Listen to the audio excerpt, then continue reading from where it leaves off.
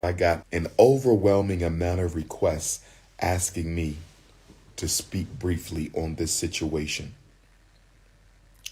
involving Sister Erica Mena and the other queen whose name I don't know, our beautiful chocolate sister, in the Love and Hip Hop Atlanta, I believe it is. I don't follow the show. I don't watch the show. I don't believe reality shows are constructive uses of African time. I think reality shows are designed to desecrate the public reputation of black women and black men, but especially black women. Because gangster rap has done a good enough job desecrating the public image of black men. So they basically use the reality shows to desecrate the image of black women. But from what I've read online and from what I've been sent, there was an argument that took place during the filming or backstage or on the set of Hip Hop Atlanta, where Sister Erica called the other queen a blue monkey, a reference to the blue hair that the sister had. And she called her a monkey, a blue monkey. Now, when we talk about the use of monkey as a racial slur against African people, the argument can be made that there is no worse of a racial slur you can use against an African other than the N-word than to call them a monkey. If we look at the propaganda of racism, white supremacy, if we look at the propaganda of racism, white supremacy, and how it has been used against African people, I think most of us would probably agree that the only thing worse than being called a monkey is to be called the N-word. And some Africans would argue that being called monkey may be worse. Some Africans would argue being called monkey may be worse or as bad as being called the N-word. Now, Sister Erica, I don't know you, and I have no intention of disrespecting you. Brother Safari, I understand this is your ex-wife. Sister Erica, I hope you find it within your heart, if you consider yourself a woman. Once you regain your composure, you need to find that sister and you owe her an apology. You owe her a sincere, heartfelt apology. Whether she accepts it or not is another story, but you had no right. You had no right to call a black woman a monkey. I'm sure you wouldn't approve of white people calling you a monkey to your face. And you had no right to call that sister that. And not only do you owe her an apology, you owe all black women an apology. In fact, you owe all black people an apology for that racial slur. Now, Sister Erica might argue, and some of you might argue, why does she owe an apology to all African people for calling one sister a monkey? I'll tell you why. Racially pejorative terms, racially insensitive words, bigoted language was systematically used to dehumanize African people. The N-word was systematically used to dehumanize African people. Monkey was systemically used to dehumanize African people. You cannot personalize the N-word. You cannot personalize or contextualize calling someone monkey. You can't do that. When a white person calls a single black person the N-word, they're calling all black people the N-word because these bigoted terms were used to systemically dehumanize all of us. You cannot personalize and you cannot contextualize racial slurs. You cannot. Anyone who claims you can is being disingenuous. You cannot personalize or contextualize those words that have systemically been used to denigrate African people. From Africa to Alabama, from Birmingham, England to Brooklyn, New York, from Brazil to Botswana. There's no way, from France to Florida, there's no way you can personalize or contextualize a systemic racial slur. So, Sister Erica, I'm glad you were fired. You deserved to get fired for that, for embarrassing yourself and dishonoring your race. Now, some of you are saying, Sister Erica does not identify as a black woman. I couldn't care less whether she identifies as a black woman. She is a black woman. And so I'm dealing with this issue as an intra-African racial issue. Because whether she hates her blackness, and if she does, if she considers herself a non-African Latino, then that helps explain if she considers herself a non-African Latino, that helps explain why she found it so acceptable to call our sister a blue monkey. Because if she has disidentified from the African race, if she sees herself as something other than African, although she could never deny her roots, because anyone who looks at her would never mistake Sister Erica for anything but a black woman. You do not look Chinese, Sister Erica. You do not look Caucasian, Sister Erica. You do not look Arab, Sister Erica. You do not look like a Native American. You do not look like a Mexican. And you don't even look like a Latino. You are an Afro-Latino at the very least. So you can play the I ain't black game all you want. And if you keep it up, white folks are going to end up calling you exactly what you called that sister. Because there's nothing worse than a Negro who's trying to pass for something other than African to get a European wake-up call from a racist on the street or at the job. So you could keep on playing games all you want. You will get a wake-up call.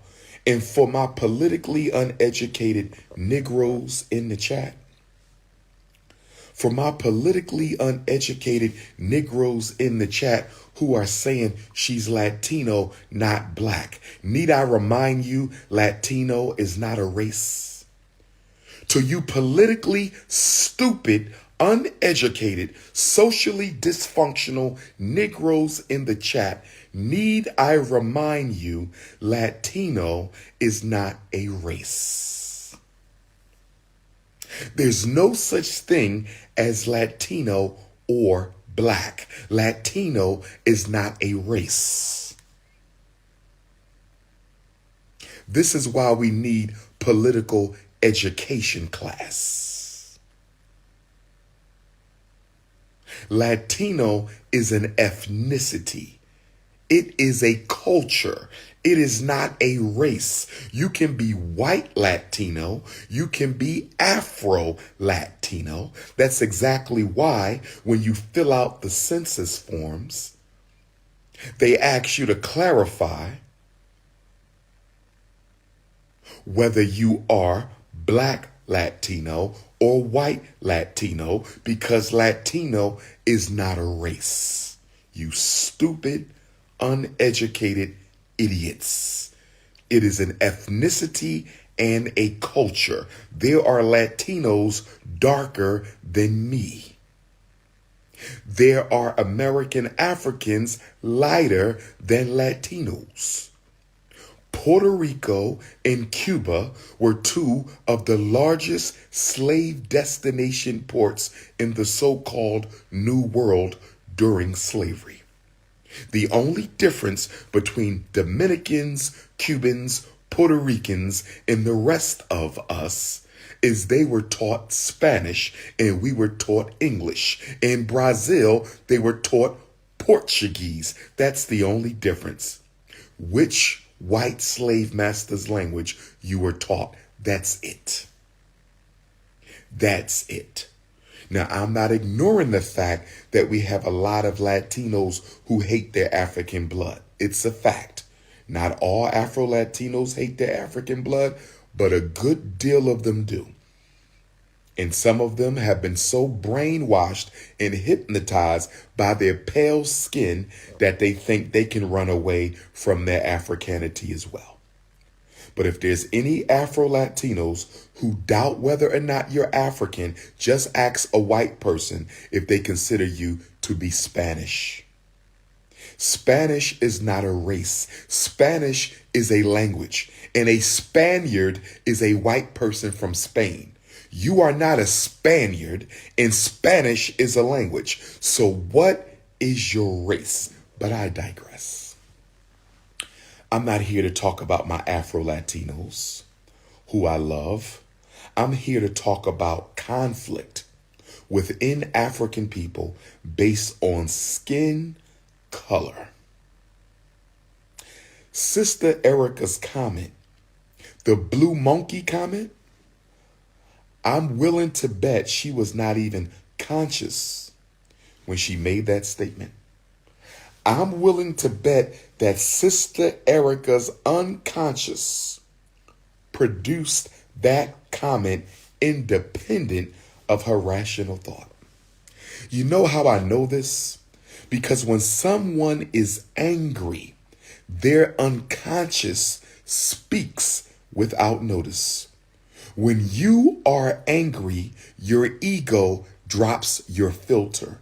And that's why things said in anger are often quite true, just like things said when you are intoxicated, because there is no filter. There is no conscious intent to control your true feelings. And see, we also have to have a conversation about the collective Black unconscious. Let's talk about the collective unconscious for a minute. Because you do know you have a personal unconscious and you have a collective unconscious. Black people, we have a collective unconscious, just like white people have a collective unconscious. And part of the European collective unconscious is the use of the N-word. Any white person who says they have never used or thought of the N-word, any white person on the planet Earth who says they have never used the N-word or thought of using the N-word is a liar. Is a liar. Because the N-word is so deeply ingrained in European culture, it's probably the most popular racial term in the collective unconscious of the European. And guess what? Sister Erica, her comment came from the collective unconscious of African people. Some of you on this chat right now, some of you hypocrites on this chat right now are guilty of calling other African people monkey under your breath. You are guilty of calling other African people monkey behind their back. You are guilty of calling other African people monkey in your mind, although you never verbally articulated it. You know why? Because everything in the European unconscious is automatically in the American African unconscious, because they were our enslavers. They were our colonizers, and they are still your employers and systemic conditioners. So although Sister Erica used the word, that word monkey exists in the collective unconscious of Black people.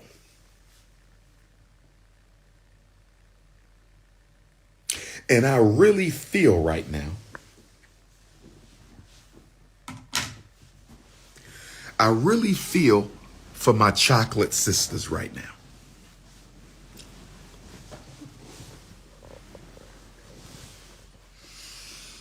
I really feel for my chocolate queens right now. My light-skinned queens do catch hell. They do. Light-skinned little girls, they get beat up for being light-skinned, having green eyes, curly hair. Light-skinned people go through it. They do. They do. But we would be telling a lie if we tried to act like. We would be telling a lie if we tried to act like. We would be telling a lie if we tried to act like light-skinned people suffer anywhere near as much as dark-skinned women. We would be telling a lie. My light-skinned queens, my African vanilla queens, you know I love you. My African lemonade queens, you know I love you. My African pina colada, you know I love you. But let's be honest. And I'm not dismissing the discrimination you face within our community and outside our community. I am not dismissing it. I'm simply saying that the hell chocolate women suffer from doesn't come anywhere near what light-skinned queens suffer from, doesn't come anywhere near what our dark-skinned, richly melanated, beautiful Black sisters suffer from.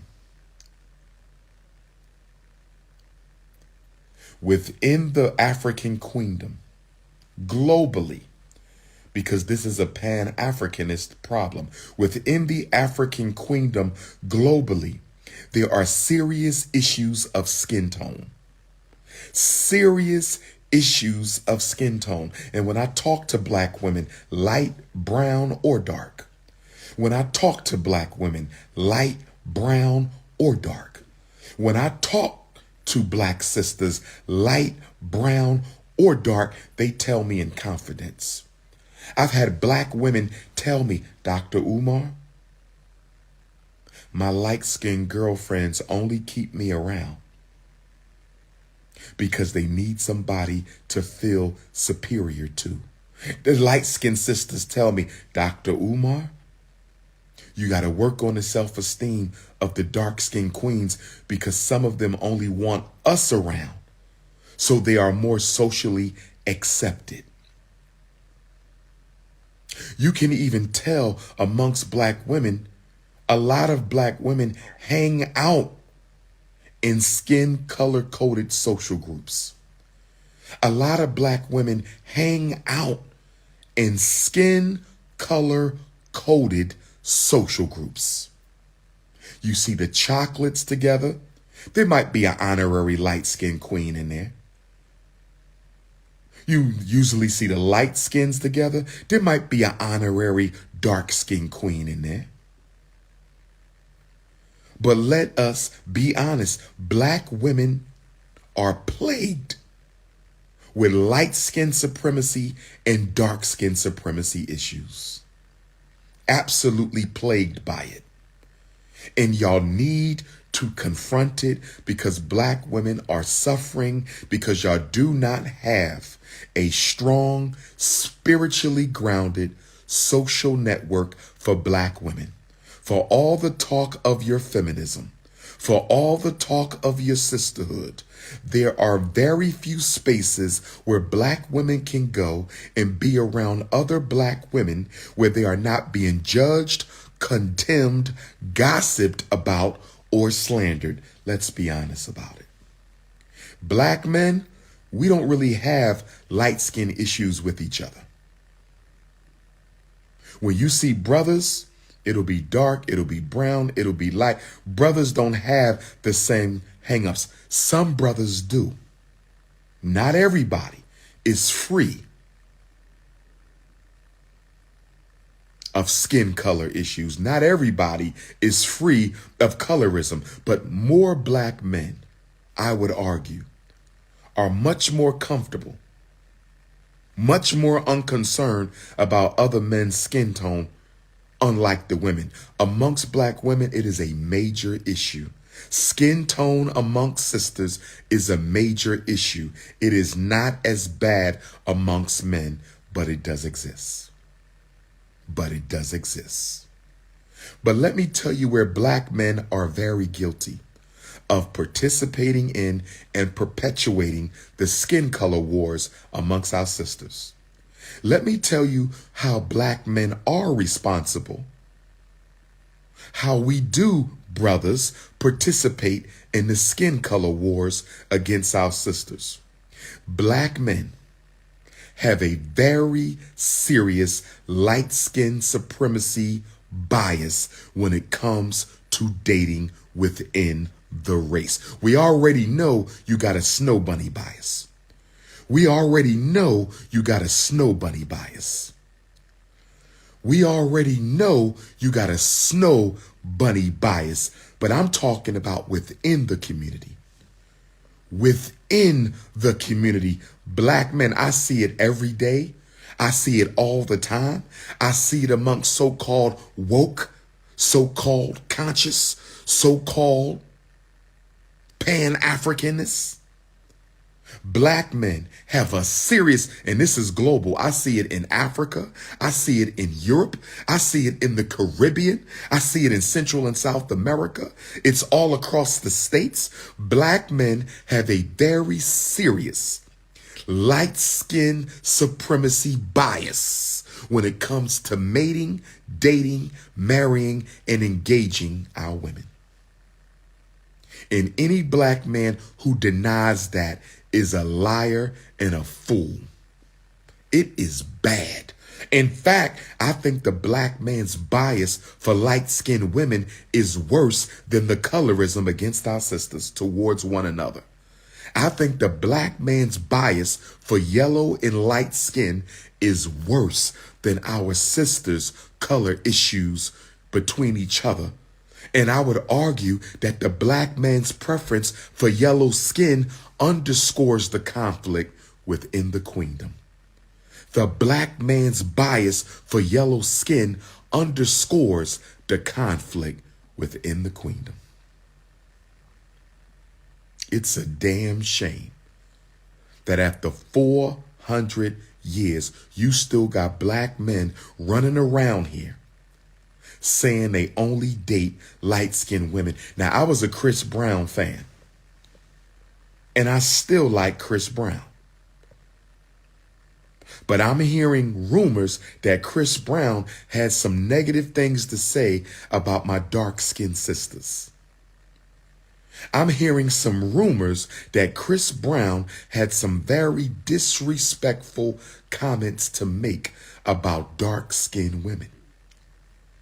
And Mr. Sean Carter, Jay-Z, you don't get no pass. Mr. Sean Carter, Jay-Z, you don't get no pass. I remember your early music was filled with slanderous and disrespectful comments about dark-skinned women. In fact, most of our gangster rappers are responsible. Most of our hip-hop artists are responsible for promoting light skin supremacy in the black community. The rap videos are filled with yellow and pale skinned sisters.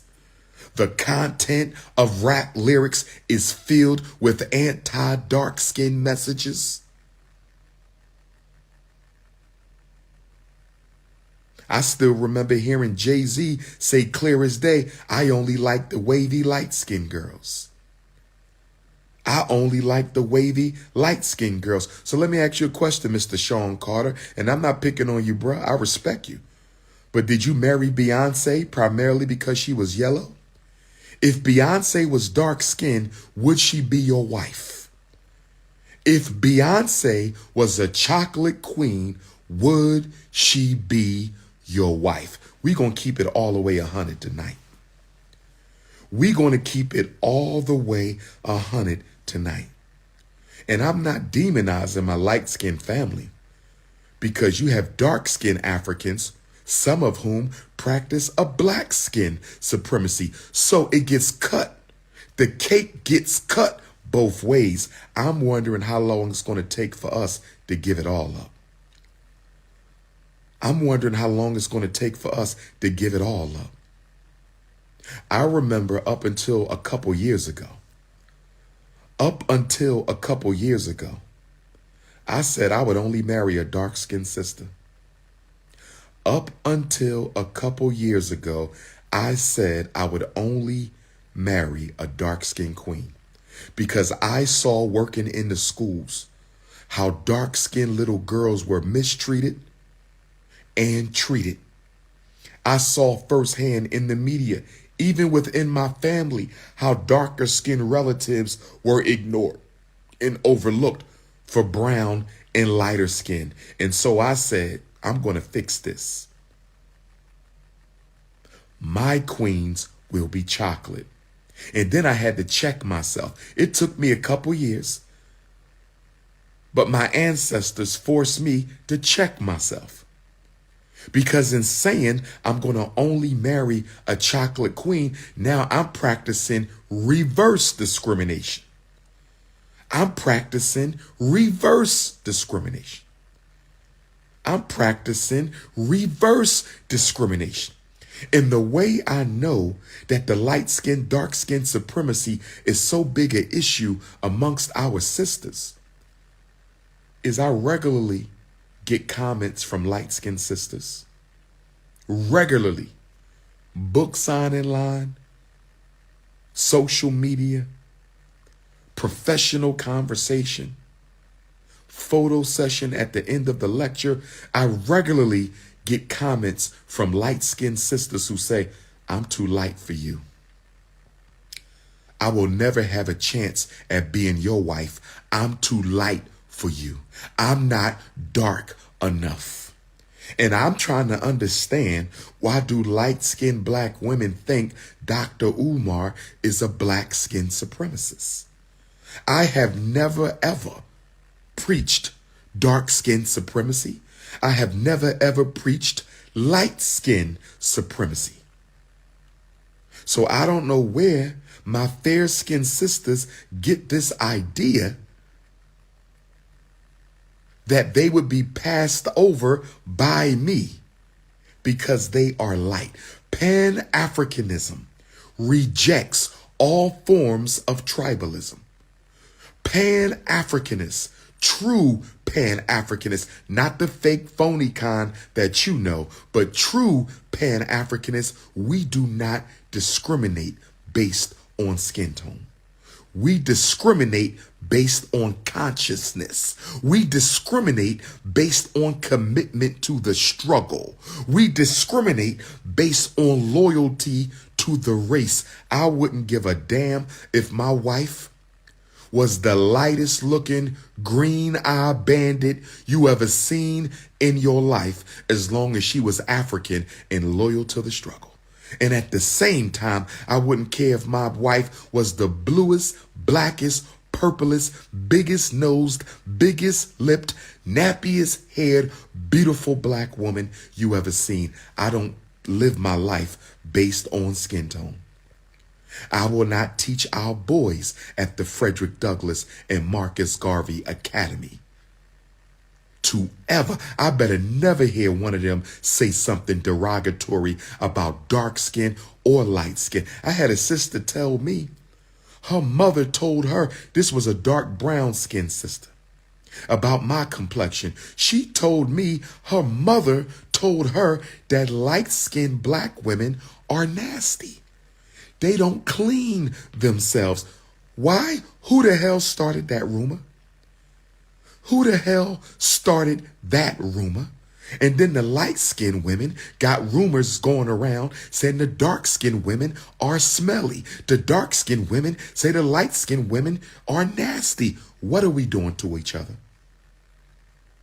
What are we doing to each other? You know, the Honorable Marcus Garvey said something once. The most Honorable Marcus Garvey said something once 100 years ago. You know what Garvey said? The Honorable Marcus Garvey said, the colorism within the black community, the racism within the black community exceeds the racism directed at the black community. Did y'all hear what I said? Did y'all hear? Garvey said the racism we practice against ourselves is worse than the racism practiced against us.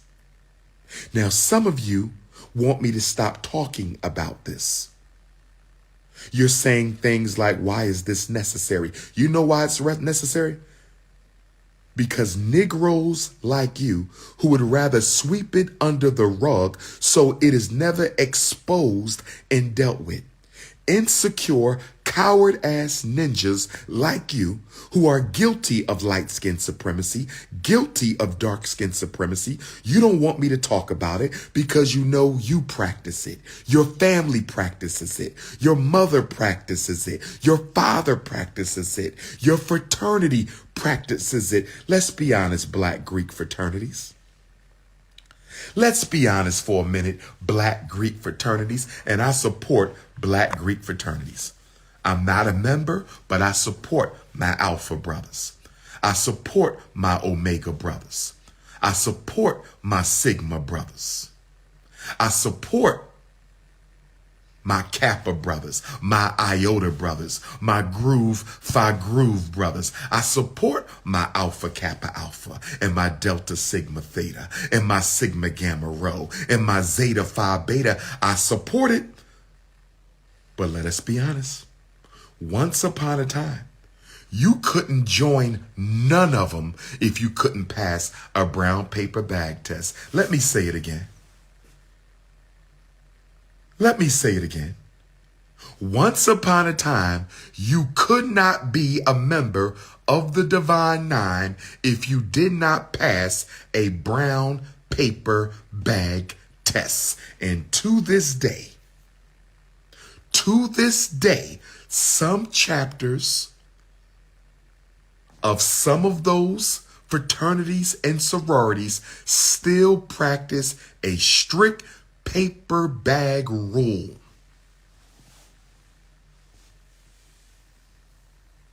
You got Black church congregations that are organized along the color line. You got Black churches right now, you walk in, everybody all chocolate, everybody all caramel, or everybody all light skin. You got Black nationalist organizations. Oh yeah, we're going to keep it all the way 100. We're going to keep it all the way 100 tonight. You got Black nationalist organizations who claim to love Black people, who claim to be about Black power. And when you look at the color of their membership, oh yes, I'm going to go there. Oh yes, I'm going to go there. There's Black nationalist organizations who claim to be about Black power and Black upliftment, but when you look at the color of their membership, you rarely find chocolate Africans in this so-called progressive Black organization. Oh yes. You got Black nationalist leaders who are light-skinned supremacists. Oh yes. Oh yes. And we can talk about light-skinned supremacists and dark-skinned supremacists, but guess what? We even got hair texture supremacy in the African race. Tell me I'm wrong. Tell me I'm wrong. We got hair texture bias in the black community. So a sister might be light skinned, but if she got that Dr. Umar grade, if she got that Ifatunde Ninja Bush grade, she might still not be allowed in the social group because your skin is light, but your hair is too curly. Y'all know what I'm talking about. Y'all know what I'm talking about.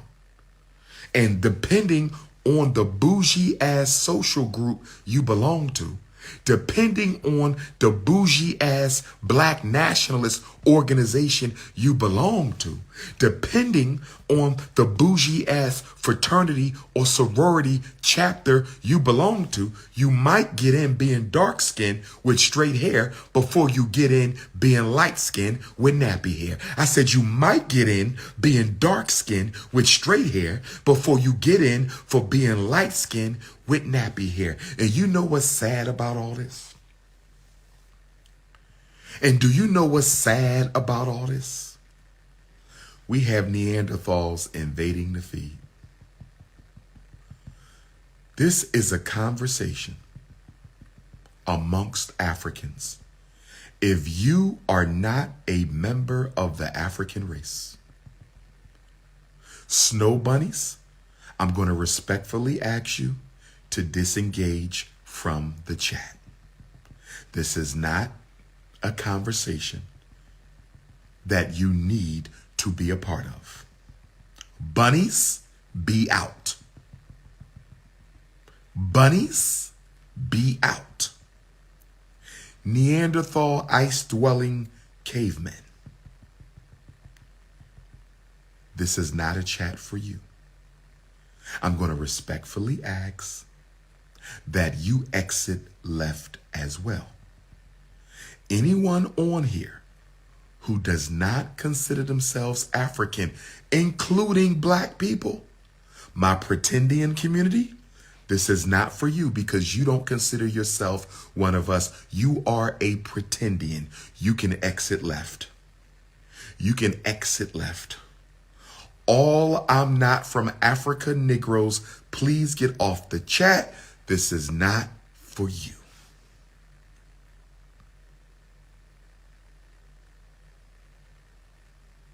Now, somebody mentioned Dr. W.E.B. Du Bois. Somebody mentioned Dr. W.E.B. Du Bois, and it is true. He was a light-skinned supremacist. And I believe one of the reasons Du Bois hated Garvey so much is because Garvey, as a chocolate Jamaican-born African, was able to wrestle away from Du Bois the throne of American African leadership, even though he had Dr. Umar grade hair and chocolate skin. And W.E.B. Du Bois felt because he was closer to the European standard of beauty, he had a right to lead black people. And speaking of black leadership, can we be honest for a minute? Whether we're talking secular black leadership or whether we're talking religious black leadership, whether we're talking secular black leadership or whether we're talking religious black leadership, let us be honest. 85% of all popular black leaders in American history, 85% of all popular black leaders in American history could pass the brown paper bag test. Elijah Muhammad could pass the brown paper bag test. Minister Farrakhan could pass the brown paper bag test. Dr. King could pass the brown paper bag test. Malcolm could pass the brown paper bag test. Huey P. Newton could pass the brown paper bag test. The Honorable Frederick Douglass could pass the brown paper bag test. The only major leader, the only one of a mass movement who did not pass that brown paper bag test was His Excellency. His Excellency, the prophet and king of Pan-Africanism, the most honorable Marcus Garvey. Every other major leader we had, even now. Who's the president of the NAACP? Who's the president of the Urban League?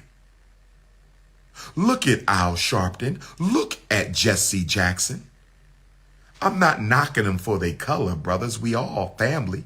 I'm simply saying that black people, we also practice light skin supremacy when it comes to leadership. Yes, we do. Yes, we do. Yes, we do. Look at the wives of most of our scholars. Look at the girlfriends of most of our scholars. Look at the queens of most of the young men in the conscious community. Look at them. Look at the women they are with. I'm not knocking them. I'm not knocking their women. But 90% of all so-called black conscious men are with a light-skinned sister. Are you telling me there's no dark-skinned queens around? Are you telling me it's a pure coincidence?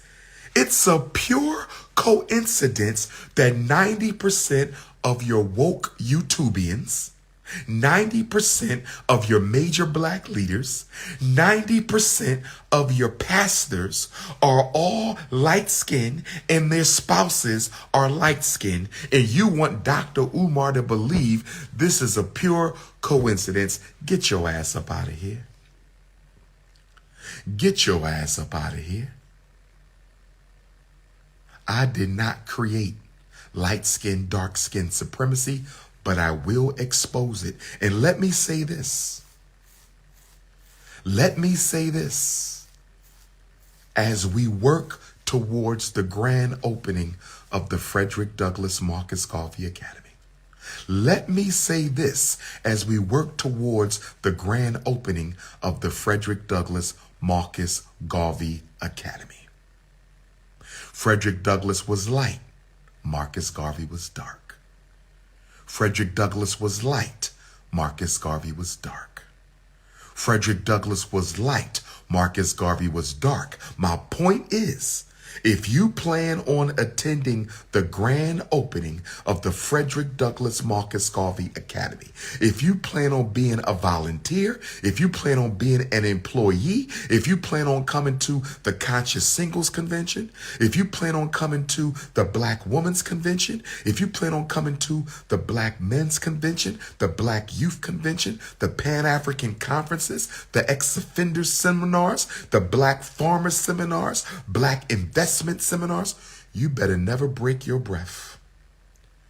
You better never let me find out you made a joke about a light-skinned African, a dark-skinned African, or a mixed race African. I will not tolerate it. The Frederick Douglass and Marcus Garvey Academy is a safe space for all Africans. I don't care how light the skin. I don't care how light the eyes. I don't care how dark the skin. I don't care how dark the eyes. I don't care how broad the nose, how broad the lips, or how nappy the hair. When you step foot on that campus, you are stepping foot in a true Pan-Africanist community. And if you disobey the rules of heaven on earth, if you violate a single person on my campus because of hair texture or skin color, dark or light, your ass will be in the Book of Negroes. And guess what? The Book of Negroes doesn't discriminate based on skin color. We got all kind of ninjas in the Book of Negroes. We got light-skinned Negroes in the Book of Negroes. We got dark-skinned ninjas.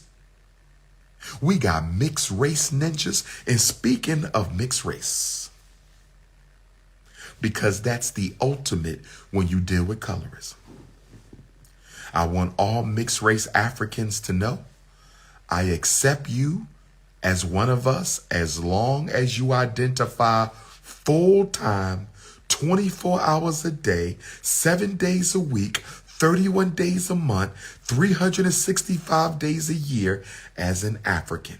There is no difference for Pan-Africanists, whether you're mixed race or full race. Black is black.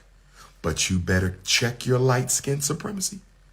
You better make sure your white mother, your white father didn't condition colorism into your personality, because if you slip up, you will end up in the book of Negroes. And some of you got problems with mixed race Africans.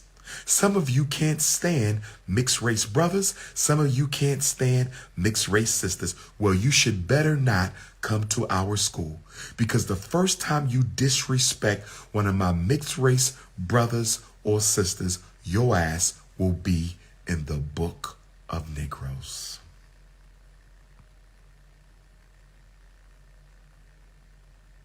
There's just one more thing I want to say. And I have 90 seconds on Instagram. Black women, when are y'all going to get over your petty differences? Black women, when are y'all going to stop gossiping behind each other's backs? Black women, when are you going to stop competing for beauty? Stop competing for materialism? Stop competing for men? Black women, y'all need each other. When are y'all going to grow up? I want to know, when are black women going to grow up when it comes to dealing with black women? Why are y'all so divisive? Why are y'all so color-coded? Why are y'all so petty? Why are y'all so secretly jealous of each other? Secretly envious of each other? When are black women going to stop the bullshit?